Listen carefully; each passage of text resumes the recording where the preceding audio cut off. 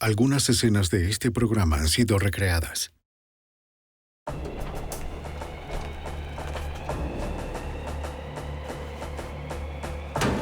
En Arizona, un cargamento de dinero desapareció en el desierto junto con los 2 hombres contratados para protegerlo. El FBI no sabía si estaban implicados o fueron víctimas de una emboscada. Las respuestas estaban en algún lugar en el enorme y vasto territorio al norte de Arizona. Los agentes del FBI lucharon por unir todas las pistas dispersas para revelar la verdad.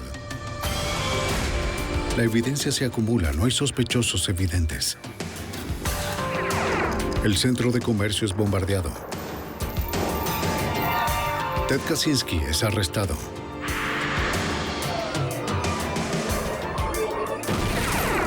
Fugitivo a un prófugo.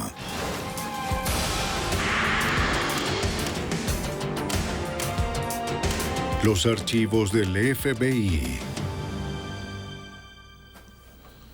En Arizona, una furgoneta blindada cargada de efectivo no llegó a su destino. Las autoridades sospecharon que se trataba de un trabajo interno.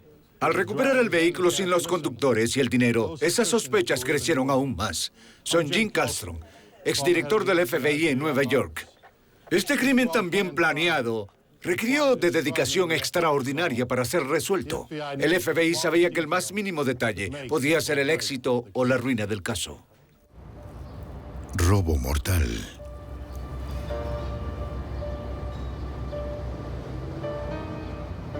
...24 de mayo de 1977... Phoenix, Arizona. Una compañía de seguridad transfirió $333,000 en efectivo y monedas de su bóveda a una camioneta blindada. 2 guardias de custodia se preparaban para un nuevo día de distribución de efectivo a los bancos de Arizona. ¿Listos para irse? Tenemos un problema con esta puerta. Creo que debes darle un vistazo. Déjame ver. Un guardia descubrió un problema con la manilla de la puerta lateral de la camioneta. Lo reportaron a la compañía de mantenimiento del garaje antes de salir. Este retraso dejó a Cecil Newkirk y a Russell Dempsey por 1 hora más.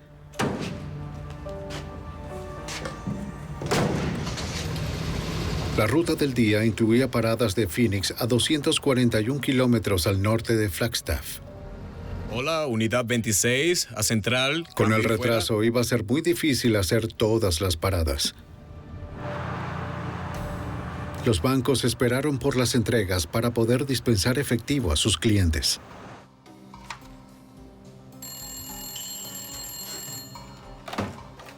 ¿Seguridad? Para las 10:30 de la mañana, la compañía de seguridad recibió la llamada de un banco en la que se quejaban de no haber recibido la entrega. Así que lo mantendremos Al principio, el informado. operador pensó que haber salido tarde era la explicación. Pero durante toda la tarde, el operador no pudo comunicarse con los guardias. Central a Mensajero 1. Dempsey, ¿estás ahí? Es la central, adelante. A las 4:30, la compañía contactó al FBI. La oficina de Phoenix emitió una alerta para la furgoneta blindada a toda la policía del área. Las autoridades estatales y locales aprovecharon la luz restante del día para buscar el vehículo desaparecido. No encontraron rastro del auto ni de los guardias. El agente especial Steven Chenoweth, quien ahora está retirado de la oficina del FBI en Phoenix, se preguntó si los guardias se habrían robado el dinero. Uno de los primeros pasos es investigar a los conductores para determinar si pudo haber o no la posibilidad de que estuvieran involucrados en lo sucedido. Los 2 guardias desaparecidos estaban casados. Esa noche, un agente del FBI entrevistó a cada una de las esposas por separado. ¿O el dinero que está ganando? Confirmaron que ninguno de los 2 tenía problemas financieros que les pudiera llevar a robar el dinero. No, siempre es igual. Esto no es solo sobre el dinero. Es cierto. ¿Y si esto Los oficiales de la compañía estaban de acuerdo. Ambos guardias habían prestado 20 años de servicio fiel. La ruta de la furgoneta desaparecida cubría una amplia área del estado. Las autoridades tenían cerca de 1.600 kilómetros cuadrados que revisar, y la mayor parte de ese terreno es desierto.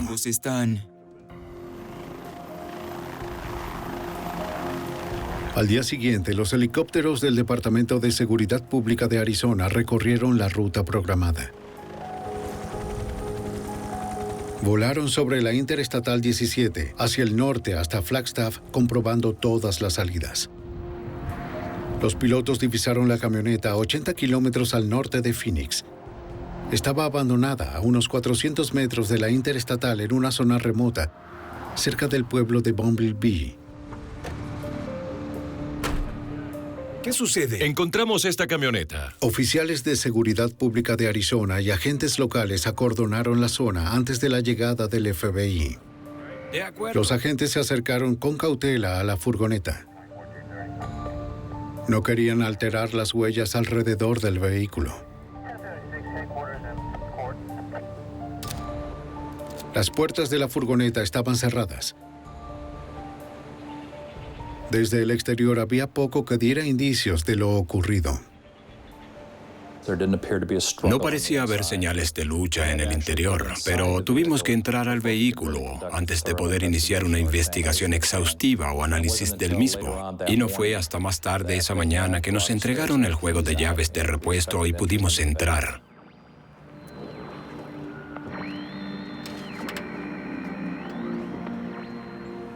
La radio continuaba encendida, aunque la central no había recibido ninguna llamada de ayuda. La sirena de la furgoneta no había sido activada. Una escopeta guardada para la defensa estaba intacta y el seguro aún estaba colocado. Los guardias no habían usado ninguno de sus recursos para indicar que había sido un robo. En la parte trasera, los agentes encontraron bolsas con varios miles de dólares en monedas, pero $293,000 en billetes estaban perdidos. Las salpicaduras de sangre en la alfombra y en las bolsas indicaban que alguien resultó herido. Ven aquí, mira esto. La mayor preocupación en ese momento, por supuesto, es la seguridad de los guardias. El dinero siempre puede ser reemplazado, pero no una vida. Así que nos preocupaba el destino de los guardias. Entre las huellas en el polvo, los investigadores notaron un conjunto diferente de huellas de neumáticos detrás de la furgoneta. Los técnicos capturan la evidencia de las impresiones de los neumáticos con fotografías y yeso. Los agentes concluyen que era improbable que los guardias hubieran sido atacados por una sola persona. La ubicación de la furgoneta, la condición de la misma y todo lo que encontramos en la escena nos indicó que se trataba de un crimen muy bien planeado y que probablemente lo habría cometido más de una persona. ¡Oso! El asistente del alguacil Dale Land del condado de Mojave viene a colaborar con la investigación.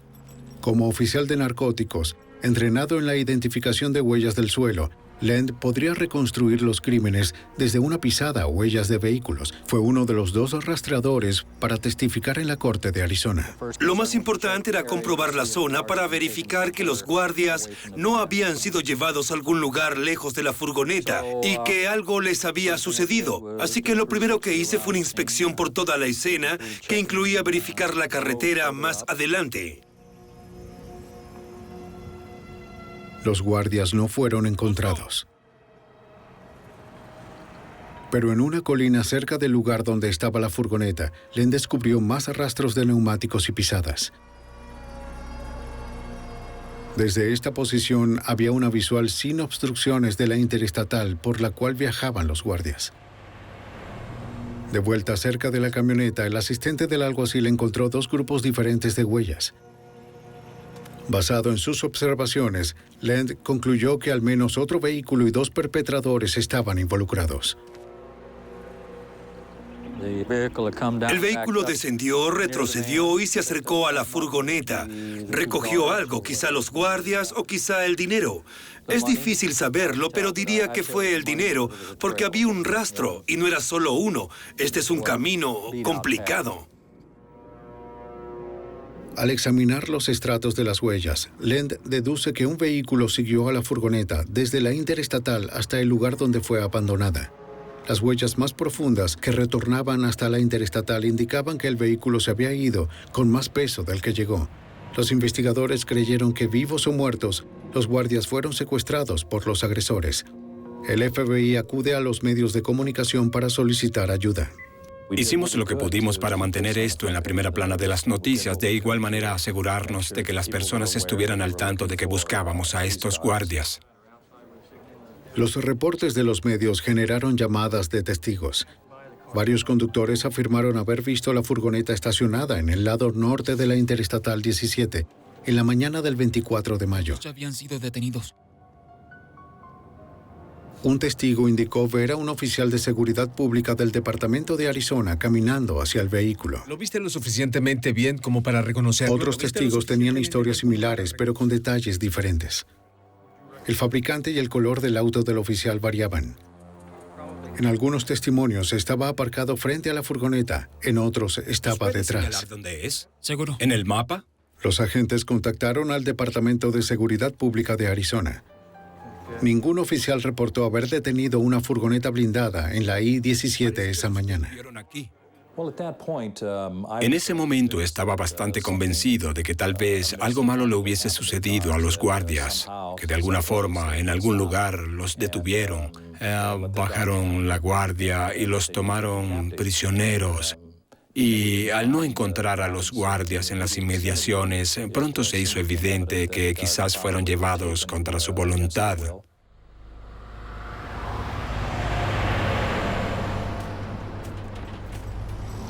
El FBI y el oficial Lend buscaron en la Interestatal 17 el lugar descrito por los testigos. El sabueso encontró el lugar donde se creyó que la furgoneta fue detenida. Las marcas eran recientes, tenían un lapso de entre 24 y 48 horas. Se podía ver dónde estaba la puerta, por donde alguien se había bajado, el lugar de las marcas de desgaste en el suelo. Parecía que había habido movimiento. Las hendiduras y marcas en la tierra indicaban que hubo una lucha cerca de la parte trasera de la furgoneta. Las huellas de neumáticos de un segundo auto en la interestatal coincidieron con las del área donde fue abandonado el otro vehículo. Curiosamente, las mismas huellas fueron encontradas más adelante, justo enfrente donde la camioneta había sido detenida. Varios conductores incluso se sometieron a hipnosis para proporcionar detalles a un dibujante de lo que recordaban. Algunos recordaron que el oficial de la escena llevaba un sombrero. Otros declararon que no lo llevaba, pero ninguno de los bocetos produjo ninguna pista. El FBI había llegado a un callejón sin salida. Luego, en la mañana del 16 de junio de 1977, a 482 kilómetros al noroeste del lugar de la escena, dos hombres hicieron un terrible descubrimiento mientras pescaban en el lago Mill. Los hombres descubrieron a un cuerpo flotando en la bahía Debbie.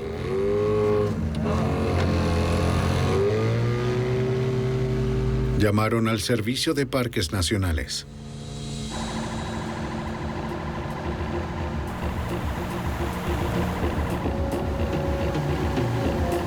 Los investigadores se dirigieron rápidamente al lugar donde el cuerpo fue visto.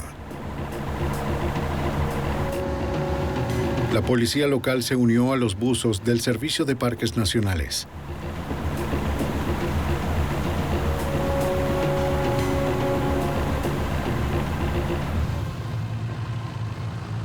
Se detuvieron cerca del cadáver. El cuerpo tenía toda la ropa.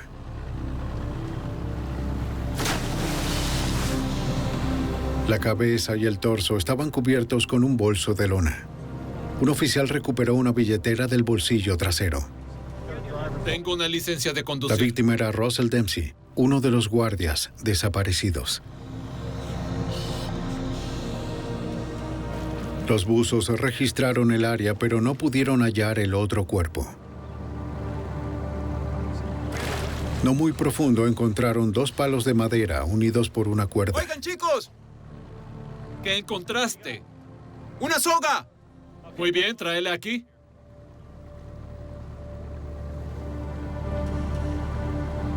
Para los investigadores parecía ser un garrote utilizado para estrangular a alguien.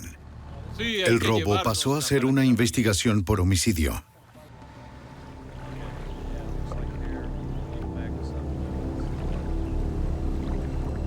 Los investigadores aún no tenían nada que pudiera llevarlos a algún sospechoso. Solo sabían que un oficial de seguridad pública de Arizona o alguien vestido como uno podía estar involucrado. En la mañana del 16 de junio de 1977, los buzos del Servicio de Parques Nacionales de Arizona recuperaron un cadáver del lago Mead. Era uno de los 2 guardias del vehículo blindado que habían desaparecido el 24 de mayo junto con $293,000. El paradero del segundo guardia y el dinero aún eran desconocidos.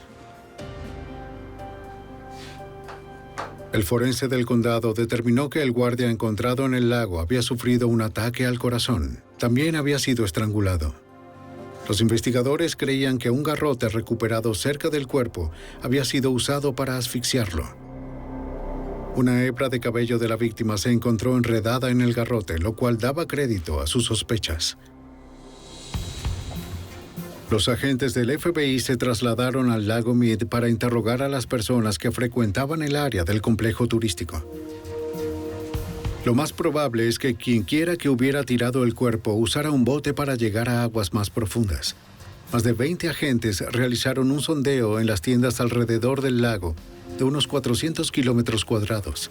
Nadie reportó ninguna actividad sospechosa, pero los agentes colectan los recibos de alquiler con la esperanza de dar con el nombre de un sospechoso para su referencia. El agente especial Laird Houston, ahora retirado de la agencia Kingman del FBI, se unió al caso. Buscó nombres en los recibos de cualquier lugar que un viajero podía visitar en la zona. No teníamos buenas pistas sobre quién habría cometido este crimen y nuestro agente asistente encargado en la oficina de Phoenix decidió que los agentes del FBI revisaran cada estación de servicio desde la zona, desde donde el auto blindado fue localizado hasta el lago Mead, donde el cuerpo había sido transportado. Eso era una distancia de más de 480 kilómetros. Teniendo en cuenta todas las rutas al lago, los agentes tenían cientos de estaciones de servicio que verificar. Laird inició sus investigaciones en la estación propiedad de un conocido llamado Stan. Le pregunté a Stan si había escuchado algo acerca del robo y me dijo, he esperado por alguien que viniera a hablar conmigo. Y luego me relató que el día después del robo, tuvo que llevar su grúa hasta el lago Mead y sacar una camioneta que se había quedado atascada. El 25 de mayo, Stan recibió una llamada de 2 hombres cuya camioneta estaba atascada en el lago en Bonnelly Landing. Los hombres le explicaron que se habían embriagado mientras pescaban y estacionaron su camioneta muy cerca del agua.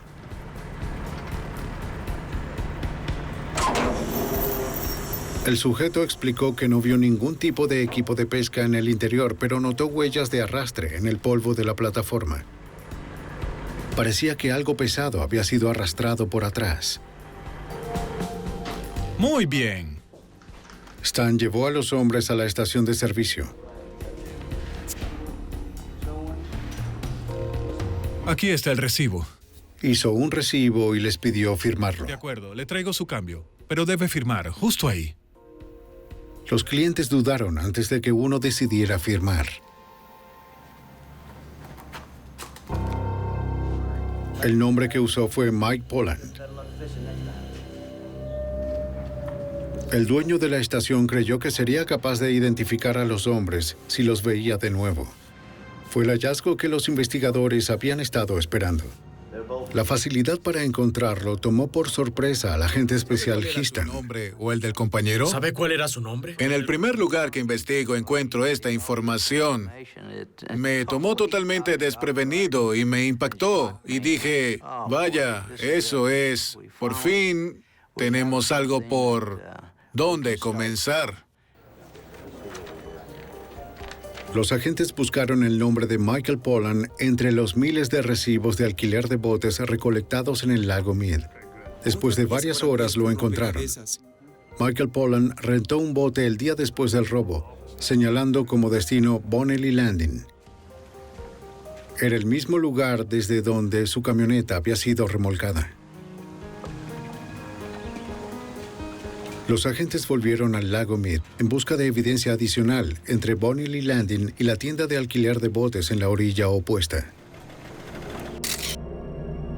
Dentro de esa gran área de 7 kilómetros, los oficiales divisaron otro cadáver cubierto por un bolso flotando en la superficie. Era el segundo guardia desaparecido. Recibió fuertes golpes antes de ser ahogado. El forense encontró 2 bultos en su pecho que correspondían con las heridas provocadas por una pistola eléctrica. Los efectos personales del guardia fueron removidos, incluyendo un reloj de cuerda que se había detenido a las 10:37 de la noche del 26 de mayo. El equipo del agente especial Steven Chenoweth redobló la búsqueda de pistas en el lago Mead. Basados en el lugar donde se encontraron los cuerpos, las corrientes y la cantidad de tiempo que creemos que permanecieron en el agua, pudimos rastrearlo al lugar donde pensábamos que podían haberlos colocado, en el lago Mead. Esa zona estaba a solo 91 metros de la bahía Debbie, donde el cuerpo del primer guardia fue encontrado. Los buzos se enfocaron en un arrecife que bordeaba una zanja de 240 metros. Una búsqueda permitió encontrar un tercer bolso similar al que cubría los cuerpos. Lo enviaron al laboratorio del FBI para su análisis. Adentro, los agentes recuperaron una matrícula de Arizona parecida a las usadas por las patrullas del Departamento de Seguridad del Estado. También se encontraron 2 armas, pero no se pudieron tomar las huellas por la corrosión en ellas. Rocas que coincidían con las de Bonnelly Landing habían mantenido el bolso en el fondo. Los forenses también encontraron polvo de hormigón endurecido en el entramado. Buen trabajo. Los agentes se comunicaron con Stan con la esperanza de que el propietario de la estación pudiera identificar a Michael Pollan con la licencia. Tenemos algunas personas que nos gustaría que miraras. Uno de los 2 hombres que lo contrató para remolcar su camioneta de Bonnelly Landing. Tenemos tiempo. De entre 6 fotografías, Stan reconoce el rostro de Michael Pollan. Este de aquí. ¿Este hombre de aquí? El FBI al fin podía confirmar su primer sospechoso. Esperaban que Michael Pollan los guiara al otro sospechoso. En junio de 1977, el FBI estaba tras la pista de los responsables del homicidio de los 2 guardias y del robo de $293,000. Las huellas de neumáticos en la escena del crimen sugirieron que al menos eran 2 los perpetradores involucrados. Los agentes creían que uno de ellos era Michael Pollan. Esperaban que al vigilarlo, él los guiara hasta el otro implicado. Aunque no parecía tener empleo, Pollan estaba gastando mucho dinero. Los agentes vieron una motocicleta nueva en la propiedad. Los agentes identificaron al hombre que visitaba con frecuencia a Michael como su hermano menor Patrick. Este acababa de comprar un auto nuevo. Iré a hacerles preguntas, ¿de acuerdo? Bien, tomaré algunas fotografías más. Cuando los hermanos entran en la casa, un agente se acerca al hijo adolescente de Michael y lo felicita por la nueva motocicleta. Sí, mi padre las compró. El chico le dice que su padre compró 2 hace poco y mucho más. Bien, que tengas un buen día. Gracias. Los agentes ampliaron la investigación para incluir a Patrick Pollan y solicitaron el historial financiero de ambos hermanos. Antes del robo a la furgoneta blindada, ambos tenían problemas económicos.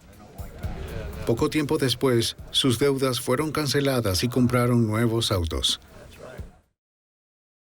El agente especial Steven Chenoweth comparó sus ingresos con sus nuevos hábitos de consumo. Tratamos de documentar tanto como pudimos sobre cuánto dinero gastaban y los medios que tenían para sustentarse. Ambas cosas no parecían concordar, y cuando eso sucede y se sabe que las personas tienen acceso a grandes cantidades de dinero sin una verdadera fuente de ingresos, es una pista muy buena para nosotros. Ellos lo usaron, se llevaron el auto. Los agentes entrevistaron al padre y fotografiaron su camioneta. El señor Poland admitió que sus hijos tomaron prestada la camioneta el día del robo. Señor Poland, disculpe. Sí, señor. ¿Puedo tomar una muestra? No hay problema. El padre mezcló concreto en la plataforma semanas antes del robo. Los agentes tomaron una muestra del polvo para procesarlo. Los forenses del FBI analizaron la muestra. Luego la compararon con el polvo dentro de las bolsas recuperadas en el lago Mead. Concluyeron que la sustancia en el interior provenía del mismo lote que el concreto encontrado en la camioneta. Me gustaría que los observe. Una vez más, el FBI le pide a Stan que observe una serie de fotografías. El dueño de la estación de servicio no pudo identificar a Patrick Poland como el acompañante de Michael. Se ve exactamente igual. Cuando la remolqué... Pero reconoció la camioneta de su padre como la que remolcó del lago. Sí, esa es. ¿Estás seguro? Sí, estoy seguro. En la mañana del 27 de julio de 1977, los agentes llegaron a la casa de Michael Poland con una orden de registro. El chico diamante, Colin Schwartz. Colin Schwartz, en Las Vegas. Poland afirmó ser un vendedor de joyas independiente. Dijo que el día del robo estaba en Las Vegas comprando joyas. Estuve allí por 3 días. ¿Qué hiciste al volver? Los investigadores encontraron $12,000 en efectivo. Mira lo que tenemos aquí. Eso es mucho dinero. Sí. Declaró que era usado para su negocio de joyas. Los agentes confiscaron varios recibos. Uno de ellos era por un par de pistolas eléctricas de alto voltaje vendidas a un hombre llamado Mark Harris un mes antes del robo. ¿Reconoces a estas personas? No muy lejos de ahí, los agentes registraron la casa del hermano de Michael, Patrick Poland. Nunca lo he visto. El agente especial del FBI, Frank Maury, ahora retirado, le pregunta si él y su hermano Michael han estado en el lago Mead. Patrick contó una versión diferente a la de su hermano. Primero dijo que su hermano y él habían ido allá a pescar. Estaba muy nervioso, demasiado nervioso. Tuvo muchas dificultades para explicar varias cosas de su paradero, en particular el día del crimen y el día después. Continuemos con el interrogatorio. Mientras Patrick era entrevistado, recibió una llamada. 3 agentes acaban de venir a mi casa. Quieren saberlo todo. Era su hermano Michael. Sí, también están aquí. Le instó a no hablar con los investigadores. En la revisión de la casa de Patrick, encontraron un arsenal de armas y $16,000 en efectivo. El FBI rastreó y procesó los autos que los hermanos poseían antes del robo. Las marcas de los neumáticos no coincidieron con las encontradas en la escena del crimen. Los forenses no hallaron ninguna evidencia física que vinculara los autos con el suceso. Los agentes visitaron la tienda de armas donde las pistolas eléctricas fueron vendidas a Mark Harris antes del robo.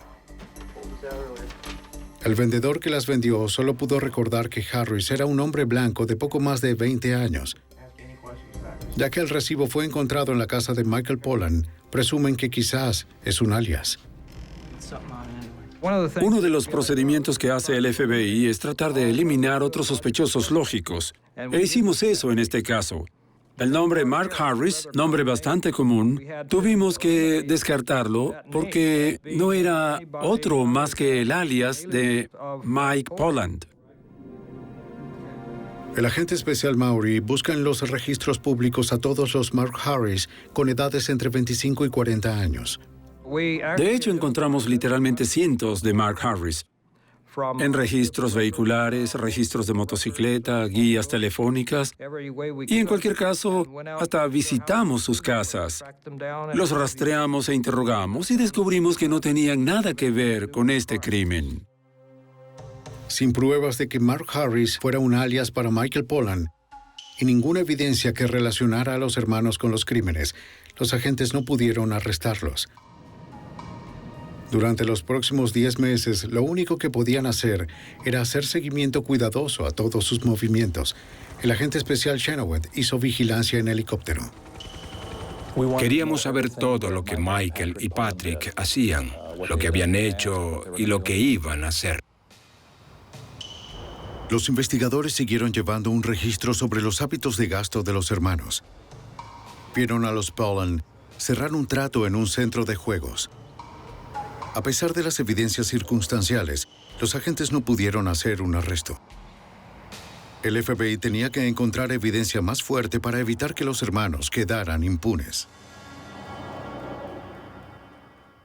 ¿Cómo estás? En abril de 1978, el FBI sospechaba que Michael y Patrick Pollan asesinaron a 2 guardias y robaron casi $300,000. Después de 11 meses de investigación, los agentes no tenían pruebas suficientes para convencer a un jurado de emitir un veredicto. El agente especial del FBI, Frank Murray, buscó desesperadamente pruebas para fortalecer el caso. Lo que necesitábamos era evidencia física. No teníamos huellas dactilares, no teníamos buenos testigos oculares, tampoco había partes de evidencia física que pudieran relacionar a Mike y a Pat Pollan con el crimen. El agente se centró en los 3 bolsos de lona recuperados del lago Mead con los cuerpos de los guardias. Verificó en más de 20 lugares en el área de Phoenix buscando el posible lugar de fabricación. En ninguno reconocieron el trabajo. Nadie podía darme la más mínima pista sobre quién podría hacer un bolso como ese. Algunos incluso dijeron que era probable que no fuera de la ciudad. Me sentí desalentado. El agente visitó la última tienda en su lista y mostró el bolso. El dueño reconoció que pertenecía a su compañía. Era de tamaño personalizado con una costura única que solo hacían algunas de sus costureras. También identificó el cordón que fue ordenado de forma especial, comprado en una compañía de Georgia. Por lo que el dueño sabía su tienda era la única en toda la zona que hacía los bolsos así.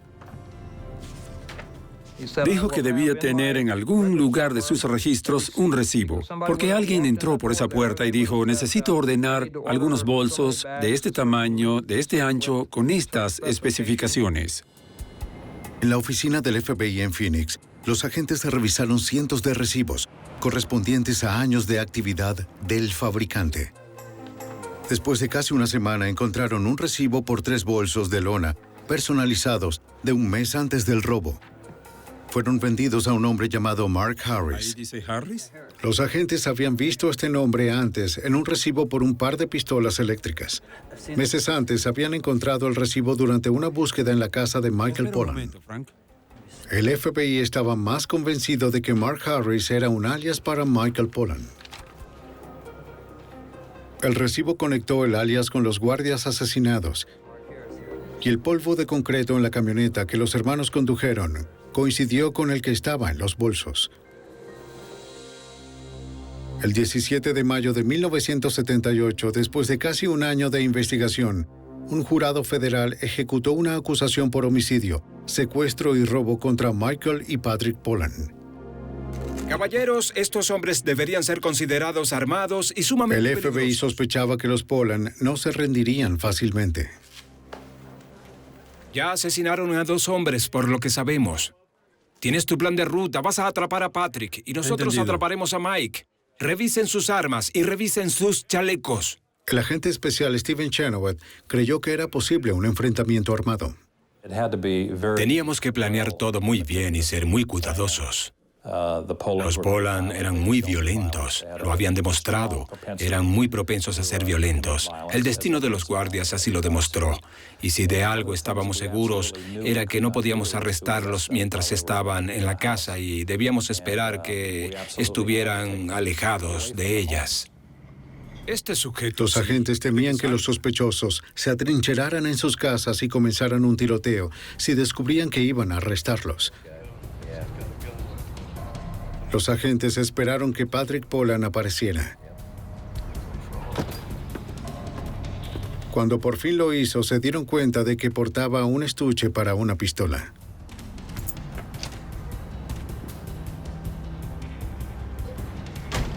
Lo siguieron hasta un lugar seguro para hacer el arresto. El segundo equipo de detención esperó a que Michael Pollan saliera de una oficina de bienes raíces. Una vez fuera del lugar, habría menos riesgo para los transeúntes si se presentaba un tiroteo. El primer equipo de arresto atrapó a Harris fuera de la sala de juegos. Los agentes lo interceptaron antes de que entrara al edificio. ¡Quieto, quieto! ¡No se mueva! Aléjate, aléjate. Date la vuelta. Date la vuelta. Nos identificamos, aunque ya me conocía por las visitas anteriores. Le dije que había llegado la hora y que teníamos órdenes para arrestarlo. Se rindió sin ningún problema. Estaba armado, tenía una Magnum 44 y otro par de armas en su auto, pero no hizo el más mínimo esfuerzo para utilizarlas. Los agentes comunicaron por radio al otro equipo que Patrick había sido atrapado.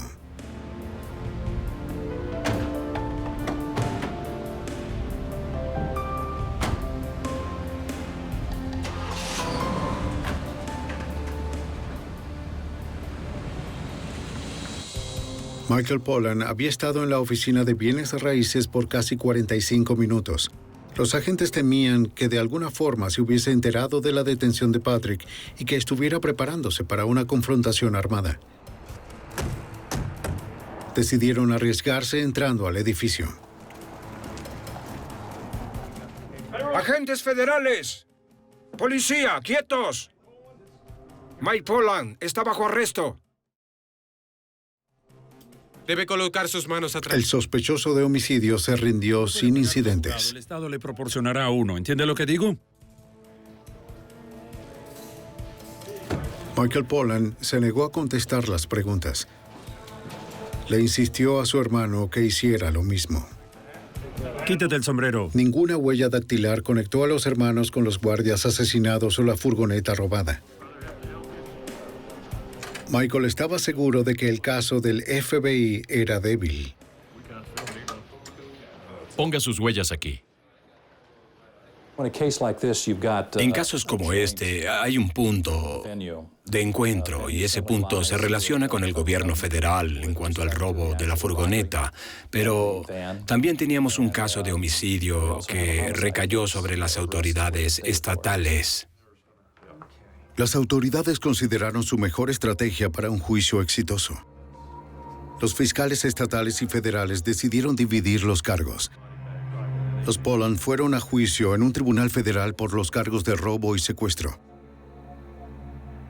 Basándose en las pruebas circunstanciales reunidas, un jurado federal encontró a los hermanos culpables de los cargos el 15 de febrero de 1979.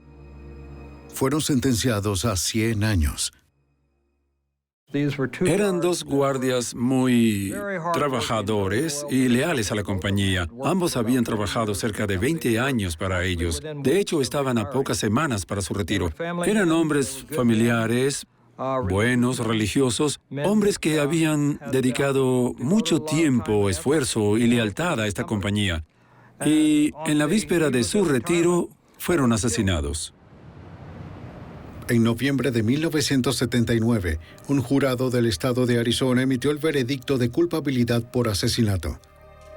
El juez condenó a los hermanos a pena de muerte. Los Pollan apelaron su condena. La Corte Suprema de Arizona descubrió que el testimonio de un testigo hipnotizado y la evidencia de la pistola eléctrica no habían sido utilizados. También encontraron que el jurado había deliberado inapropiadamente el juicio federal. Las condenas del Estado por homicidio fueron revocadas. Hola. Sí, lo estamos Aunque los ahora. agentes estaban seguros de que los hermanos habían asesinado brutalmente a los guardias, los fiscales del Estado no buscarían un nuevo juicio. Debido a las leyes de libertad condicional en ese momento, Michael y Patrick Pollan serían elegibles para la libertad condicional en menos de 7 años. En 1982, un fiscal de Arizona se negó a procesar de nuevo a Michael y Patrick Pollan por asesinato. Pero decidimos no hacerlo porque con la exclusión del testimonio de los... Mencionó el costo, así como la dificultad de probar el caso con las pruebas que habían sido excluidas por el Tribunal Supremo de Arizona. El abogado norteamericano Melvin McDonald estaba indignado de que los hermanos Pollan pudieran salirse con la suya. Había seguido el caso por los medios de comunicación y nunca soñé con que desempeñaría ningún papel en el caso hasta 1982, cuando se hizo evidente que esto no se iba a detener a menos de que alguien interviniera. Llamé al fiscal del condado y me ofrecí para tomar el caso. Por primera vez en la historia, un abogado americano fue sustituido como acusador en el estado de Arizona. McDonald tuvo que reabrir el caso, algo que muchos consideraban imposible de intentar. Habían transcurrido 5 años entre el momento del crimen y el momento del juicio. Los testigos viajan alrededor de todo el país.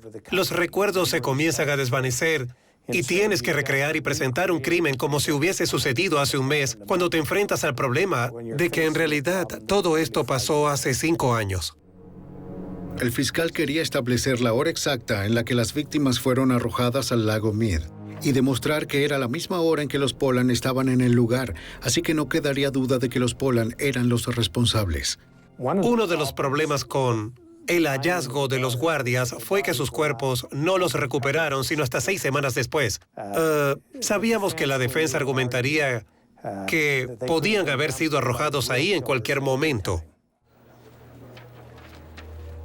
Trabajando con el FBI, el fiscal encontró una parte de la evidencia que se había pasado por alto en los juicios anteriores: el reloj de cuerda del segundo guardia.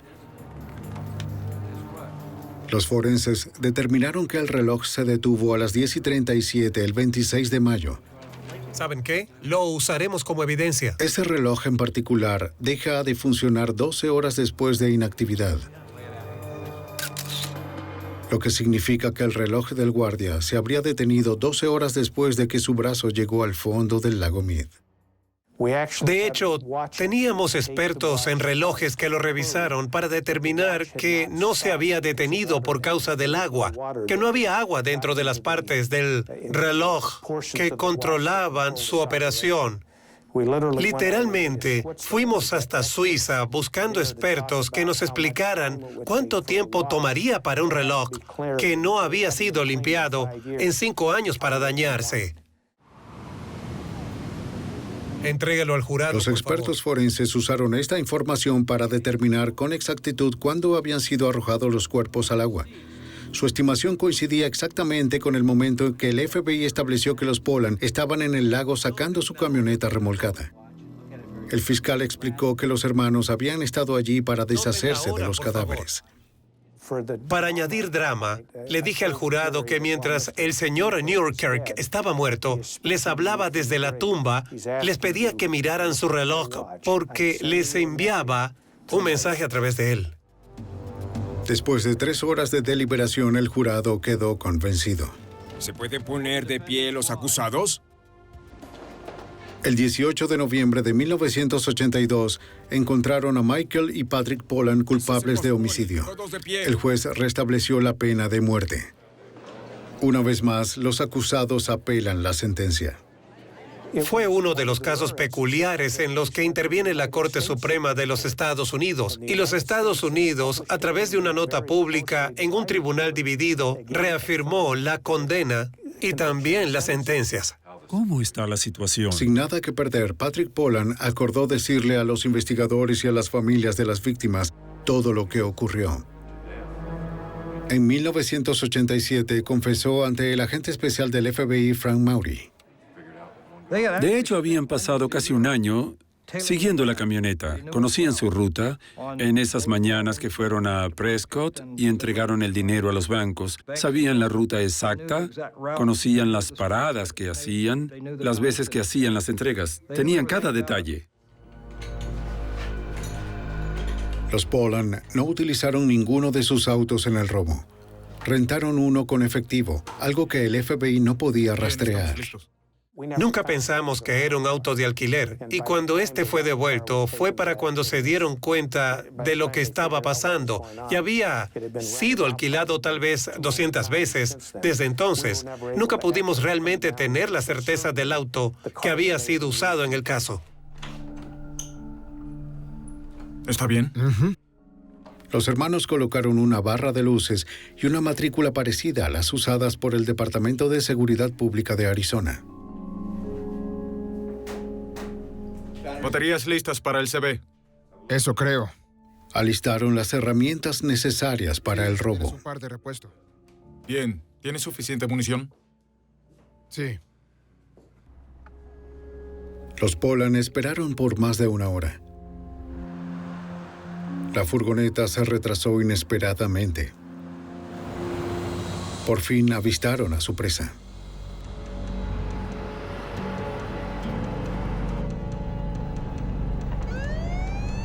Patrick conducía el vehículo modificado mientras Michael se escondía debajo del tablero. Detuvieron la furgoneta con el pretexto de exceso de velocidad.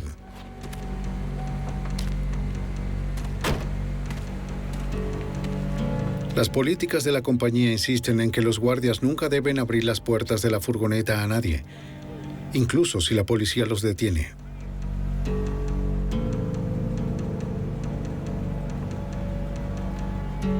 Patrick ordenó al conductor que saliera del auto. Al no seguir el procedimiento, el conductor y su compañero quedaron indefensos. ¡No se muevan! ¡No se muevan!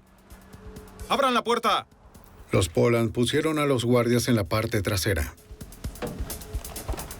Michael iba a conducir la camioneta mientras Patrick iba en el otro auto. Pero cuando se fue, la furgoneta no lo siguió. Esto explicaba las huellas encontradas enfrente de donde la furgoneta fue detenida.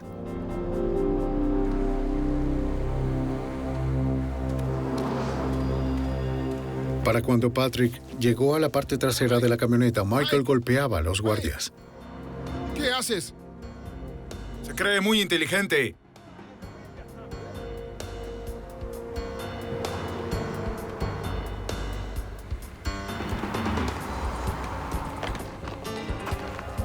Aturdieron a los guardias con pistolas eléctricas. Dispara.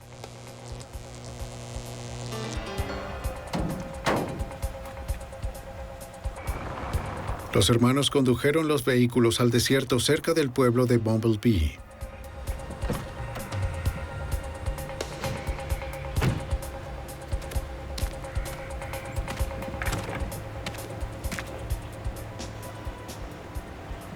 Pat.